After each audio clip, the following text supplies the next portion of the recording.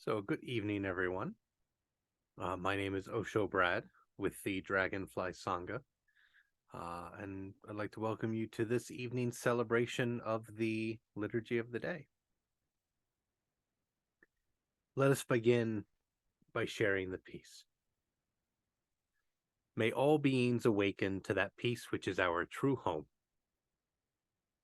Let us take refuge. I take refuge in the ground of being within which I live and move and breathe. Let us make the accord. I take sanctuary in the heart of being, accepting all of my delusions in thought, word, or deed, born of ignorance, hatred, and greed. Let us give thanks. I give thanks for all beings, awakening to the interbeing of all nature. May my heart be open and my mind clear. May all be free from suffering and the causes of suffering, and may all come to know that peace which is beyond all understanding. Since it is the practice of enlightenment, that practice has no beginning. And since it is enlightenment within the practice, that realization has no end.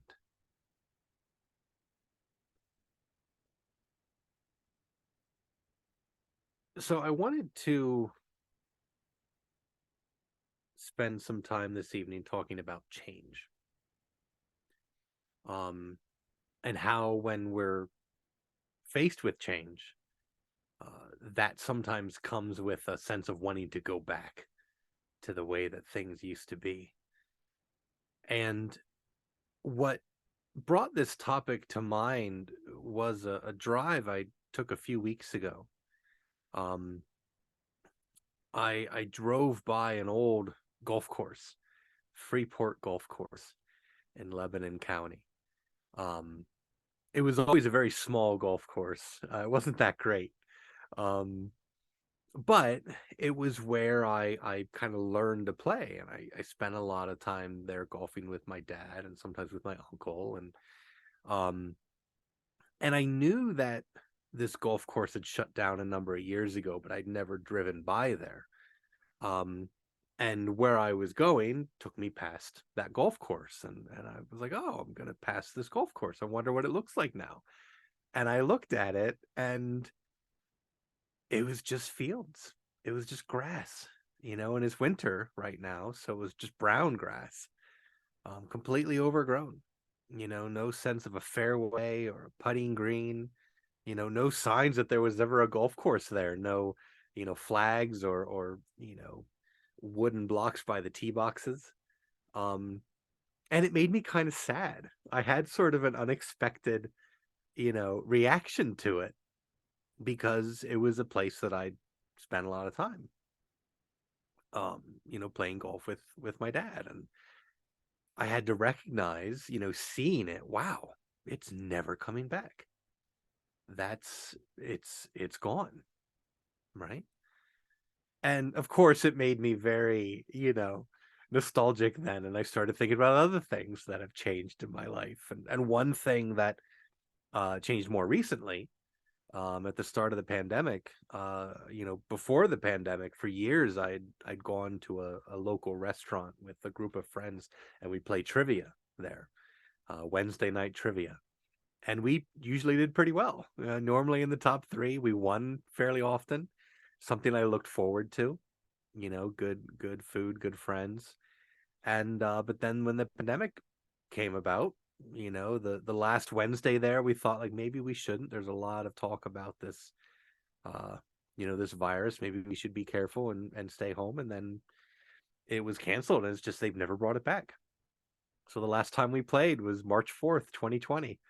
And we keep talking like maybe they'll bring back Wednesday night trivia, and I know there's trivia other places, but it's like, we liked being there. It was close. It was a familiar place. And with the pandemic kind of having wound down now, we've even teased one of the owners about it, saying like, hey, you think you'll bring it back? Maybe, but I don't know that it'll ever come back. And it's sad to think and look back and say like, wow, that thing that was such a big part of my routine for years may never come back. And honestly, in the context of the pandemic, I think that's true of a lot of things. We've lost a lot of things over the last 3 years, apart from the human cost of it.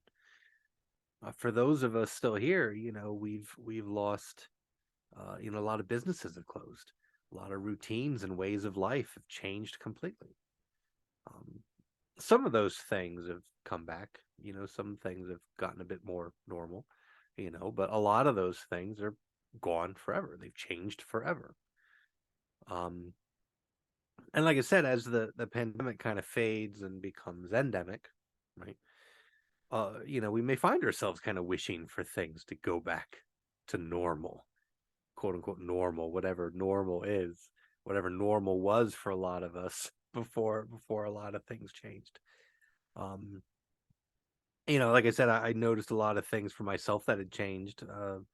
Just attitudes about things, traveling, feeling comfortable in crowds. Last year, I took a trip to Savannah, Georgia, and it was the first time I'd been on a plane since the pandemic. And as I was packing and getting ready, I realized I had a lot of anxiety over flying, renting a car and driving in a city I'd never been in, navigating new places, being around strangers. Um, I didn't realize, like, wow, my mind had really changed a lot and adapted to this new reality. Um, my company, a lot of us who were in roles that could work from home, work remotely when we weren't able to come into the office. Folks are coming back into the office now. And it's taking some adjustment from people because they've really gotten used to it being different. And so there's new ways of thinking. It's not really going back to the way that things were. It's finding a new perspective on doing something, right? On coming into the office again. And so change is endemic. Speaking of endemic, change is endemic, right? It's constant. Um, and a movie that I've always enjoyed that I think deals with change in a very interesting way is Castaway. And I might have even mentioned Castaway in a previous talk because, like I said, it's one of my favorite movies. Um, but Castaway is a Tom Hanks film. If you're not familiar with the plot, brief overview. Tom Hanks plays Chuck Noland, who works for FedEx. And one evening, he's called very quickly to hop on a FedEx plane. The plane's caught in a storm, crashes. He spends several years, I think 3 or 5 years, on an island. Is finally rescued, and then when he gets back home to all the familiar people and places, it's a very different world, right? And he, had engaged, or he had proposed to his girlfriend, his fiance, before he got on the plane, and comes back and thinks briefly, he can reconnect with her. It's, he thought about her so much while he was gone. He's thinking, oh, it's going to be, it'd be great to see her again. But he finds out that she's married and she has kids. And there's even a chance where it looks like they may run off together anyway. But he realizes he can't go back.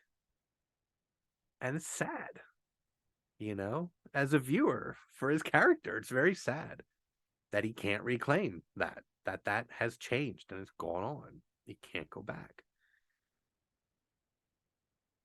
And that desire to go back is a very common thing, right? Especially when change happens very quickly, right? It gives us this sense of like, man, I didn't have a say in this, right? I wish I could go back. And quite frankly, we think of say a concept like mourning, grieving, as something that we do when someone who we love dies, but mourning is really something that we do anytime something changes, right? We need to mourn change in our lives to get clear on how we feel about the thing that changed. And to be able to move forward, without holding on to sadness or anger. Proper grief can kind of help us in that regard. It can make us accept the fact that we can't go back to the way that things used to be. right? And like I said, change is inevitable. And in Free Your Mind, Sensei Tony, the Dragonfly Sanga's teacher, wrote about in Free Your Mind. He talked about four kinds of changes that can be particularly disruptive. Called them the four psychic eruptions. Eruption being a very vivid word for change that can come into our lives, just boom out of the ground, fire and smoke and ash everywhere. But these four eruptions are relationships. This could be a new relationship, maybe a romantic relationship, could be a new child, very big disruption in life, right? Aging is the second one. Aging of ourselves or aging of those close to us. A lot of change associated with aging. Mortality, when someone close to us dies and we recognize that we won't always be around. Or acute depression or anxiety, finding ourselves in a crisis that gives us a lot of consternation, right? Those four types of eruptions can be very meaningful to us. It can be very mentally violent for us. It can be tough. And when we experience those changes, there can be a desire to want to go back to normal, right? To find balance. It's a very natural, innate thing that our mind does when we're unsettled, is to try to go back to find balance, right? And we can find this balance. We can go about looking for this balance in both skillful and unskillful ways. Um, Skillfully, we can, think about, all right, what's my path forward? If there's a big change, how do I fit in with this change? How can I contribute? What can I learn? What else is possible? Unskillfully, you know, uh, we can dig in our heels, lash out at people, resent those who created the change, right? How dare you, or you're taking this places we don't want to go, right? We get upset. So we can try to reclaim that sense of control or find that sense of balance in both skillful and unskillful ways. For myself, one uh, you know, time in my life when I can think going through a lot of change was when my previous company closed a little over 10 years ago. And I'd be lying if I said it didn't scare me. Company closed, there goes my livelihood, right? There goes my job for the last 7 years. And I'll admit, I wanted it to stop. I wished I could have held on and made the wheels stop turning and man.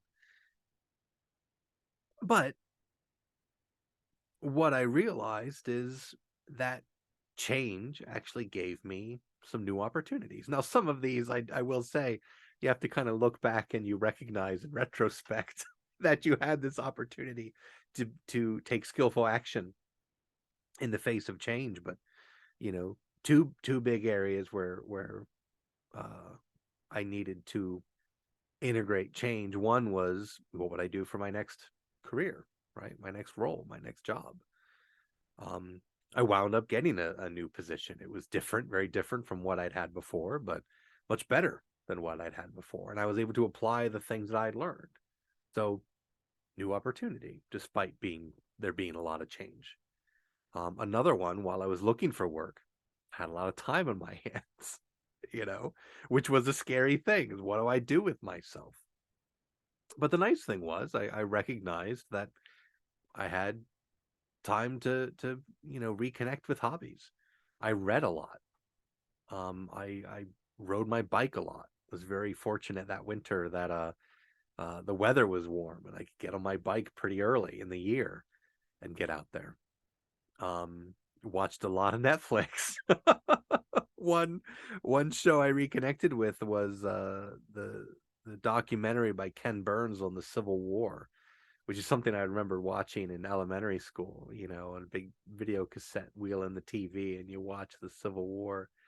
And I was like, boy, I remember this show. I really like this show. And it actually rekindled my interest in the Civil War, the American Civil War. And since then, I've taken several trips to battlegrounds around Virginia and Maryland, and I even have another trip scheduled this year where I want to go to Tennessee and Georgia and explore different battlegrounds.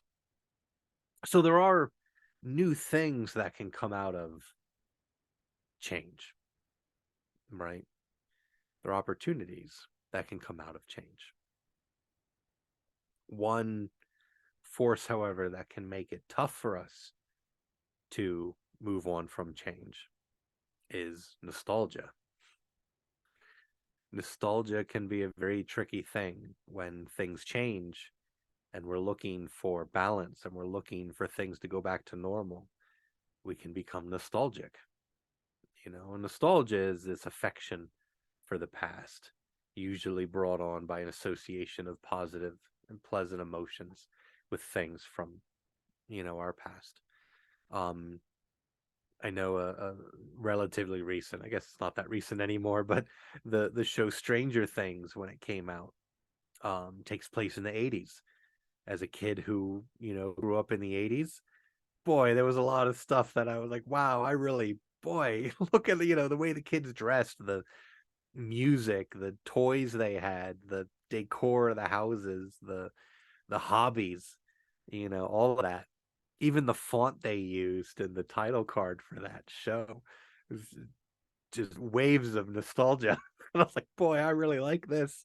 It makes one, wish one could go back a little bit. Now I'm starting to see more 90s nostalgia. So I'm like, oh, the nostalgia good times train is it's starting to pass me by. And it's more for the folks who are 10 years younger than I am. They're going to have their moment. But nostalgia can be a very pleasant experience, right? It can give us an opportunity to look back fondly on something that we enjoyed, experience gratitude, maybe a bit of sadness as well. But nostalgia can also be kind of dangerous, right? A little tricky to deal with because it can make us resent the way that things are now. Look at how nice things were back then. Kids on bikes instead of everyone with their phone in their hands and their, vaping and eating Tide Pods. All the crazy things. But, look at how nice things used to be. Wasn't it better then? Why can't we go back? Right. And one sort of, a kind of dangerous expression of nostalgia that I've seen in more recent years is this notion of, making America great again. Right. Now, I won't take, political sides in these talks, but I do sense that there is a big desire, an implied desire to go back, signaled by that notion of let's make America great again. But going back is impossible, right? And I think opposing thoughts on that sentiment of making America great again have made a lot of people very upset with each other, right? It's driven, I think, a lot by nostalgia, and this sense of didn't things used to be better? Couldn't we go back to the way that things used to be? Um, but here's the thing: like, whether there's something or a lot of things that we may not like about the world, we can't go back to the way that things used to be. We can't make our happiness contingent on things being a certain way because they're always going to change.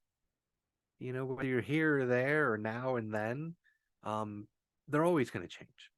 Even if by some Herculean effort you're able to get things to be just so, the way that you want them to be, it's going to fall apart at some point. That's just reality, right? And it's funny is that over the years I've read a lot of philosophy and history, a lot of philosophy and history books behind me because I studied philosophy in undergrad, and I love history, and one of the funny things that you encounter from a lot of authors, whether it's ancient Greek to the 1700s or books now, the common theme is that old people like to complain about how young people are ruining things and how it used to be better back then because we were tougher and we were just better, right? The only other commonality between all those people who wrote all those things is that they're all dead. Right? And we're all going to be dead someday too. And frankly, I'd rather spend the time between now and then, and that eventuality, finding my place in the world, in this new world, learning new things, right? Rather than crossing my arms and refusing to accept that things have changed. So, what does this mean for us? Change is inevitable. Nostalgia can be tricky. There are opportunities to move forward from change and maybe do something new. What it means is that we have the opportunity to move forward following change from a place of wholeness. And when we do that, we're integrating the change and the things that have changed. We're accepting the new reality. The opposite of that would be to insist on a state of perfection, which often requires us to reject the change because it conflicts with our notion of what should be, what's perfect, what we think is perfect. Right? Wholeness versus perfection. Possible versus impossible. Because life, whether it sometimes pleases us or upsets us, it's the whole shebang. Either way, we can't choose what we get. Fixating on things being perfect or being just so, it's not realistic. And to go through change skillfully means to do so with an attitude of openness and creativity. What might happen next? Is there an opportunity for something new here? And this moving forward is rebirth. You hear a lot about rebirth in Buddhism, and a lot of times we think about rebirth having something to do with what happens when we die, right? But rebirth is every moment. Every big change in our lives is an opportunity for rebirth, for walking in a new direction, doing something new and different, experiencing something entirely novel and interesting.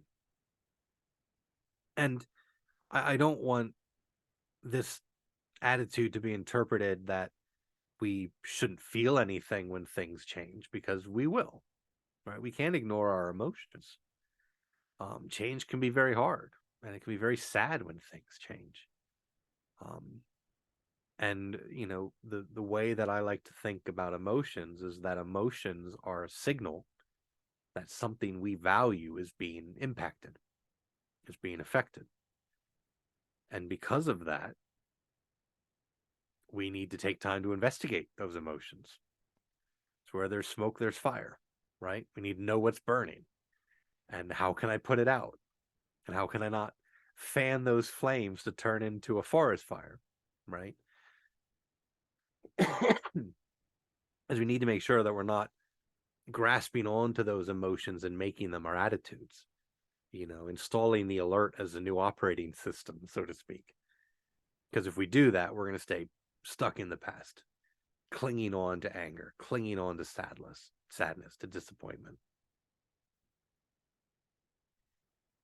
But if we learn to meet change with an attitude of openness and a sense of creativity, we can see change for what it is. And that's a sense of rebirth. Right? And, I'll return very briefly to Castaway, in this notion of rebirth, because I love Castaway again. This won't be the last Dharma talk that I mention it, I'm sure. But Tom Hanks' character escapes the island that he's on because one day he's looking to build a raft to fight against the waves that buffet the island. And one day, half of what I think is a portable toilet, with two of the walls wash up on his island, and he's like, this could be a sail. I could turn this into a sail, and he does, and he's able to used that to get his raft out past the waves, and he's eventually discovered by a boat, and he's brought back home. And as I said, he tried briefly to reunite with his fiancée. It didn't work. He realized he can't go back to the way life is before the accident. And there's this beautiful monologue that he gives talking to a friend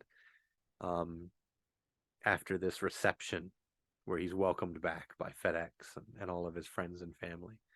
And he says, I gotta keep breathing because tomorrow the sun will rise and who knows what the tide could bring. That's rebirth.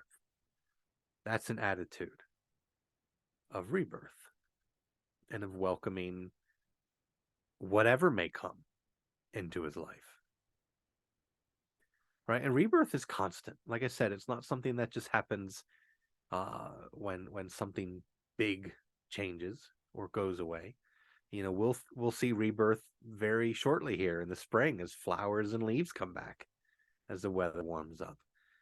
We experience rebirth when we recognize that we've been changed by something. You know, maybe a lot of us are going through this change as we come out of the pandemic and realize, like, oh, I have been changed. I am different. And that's okay. Right? We experience rebirth when we react differently to something that used to challenge us. Oh, that doesn't bug me anymore. That's rebirth. It's happening constantly, every moment, because we're never obligated to act the same way all the time. We are a pattern that can change. To not be reborn is to be stuck. It's to refuse to change and always be looking backwards. And it's okay to sometimes look back, you know, every so often. But with a sense of gratitude of the way that things used to be, and thankful for them having gotten you here. But the only way forward is forward, right? We can't go forward by looking backwards. Because like Tom Hanks says, you know, we never know what the tide is going to bring into our lives. So I hope that those words are helpful to you and whatever change you may be going through.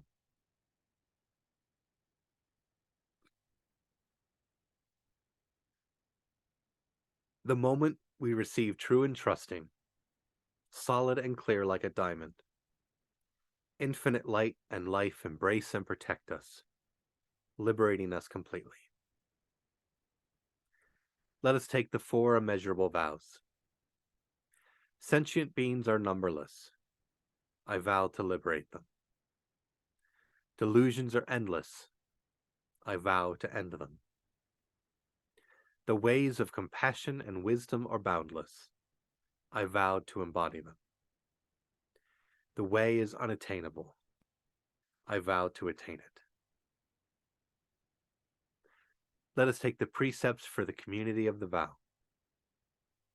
I allow my true self to manifest in all aspects of life. I take complete responsibility for my own life and all of my actions. I affirm my personal being and acknowledge it as a path to awakening and freedom.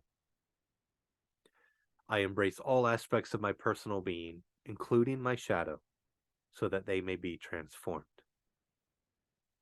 I affirm an attitude of openness to my true self, even in the midst of suffering.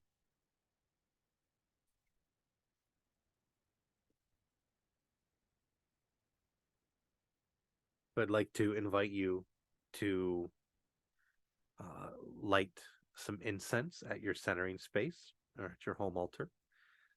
And as you do that, we'll spend some time chanting the Nembutsu, Namu Amida Butsu.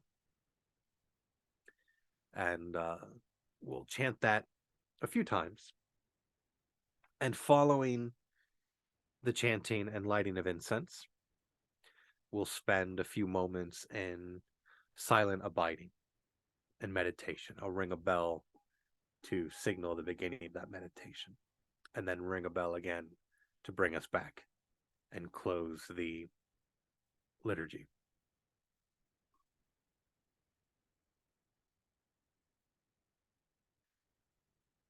No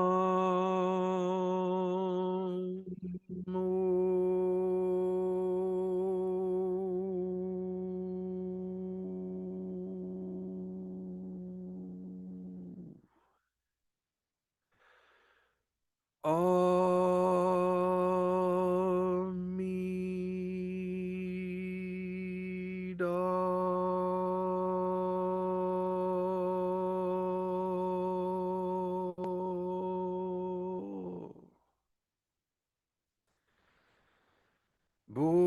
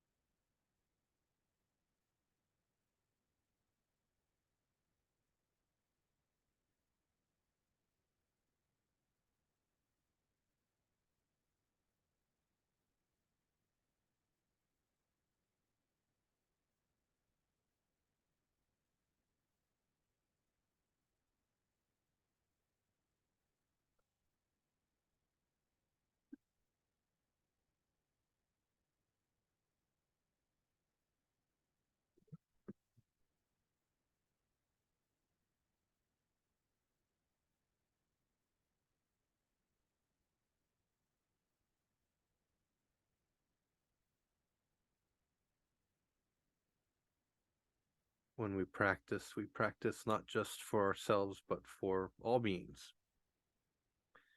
And so let us recite the Bodhisattva's Gatha. We dedicate this practice to the welfare of all beings throughout space and time. May it always be so.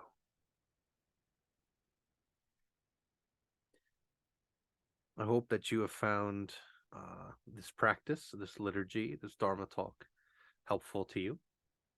If you would like to learn more about us, about the Dragonfly Sangha, possibly about joining our community by taking the precepts, or maybe even eventually studying to be an ordained member of our priestly community, you can check us out online at dragonflysangha.com. It's Sangha, Sangha, dragonflysangha.com, or at asksenseitony.com. And I hope that you have a wonderful week and that you'll join us again. Thank you.